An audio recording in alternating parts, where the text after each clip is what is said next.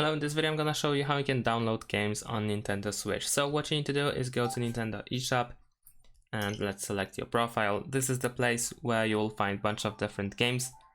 Some of them are free, so you can try them out for free. They don't cost anything. But we can go to search once we load up the eShop. Then over here we can use the filters, and we can also use the filtered search if needed. If you're looking for free games, then you can go to price range and then over here choose free download. Now you can go search. Then we will find a bunch of different games that are for free to download.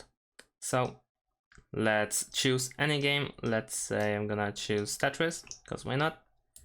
And then over here I will find the button. Once it loads up, there we go, we have free download. Let's press this button. Then once again we can press free download. And then we will start downloading. If we use the close button, we will return to the main menu, and here our game is downloading. And that's it. Thanks for watching. Leave a like and subscribe to my channel, and see you in my next videos. Bye.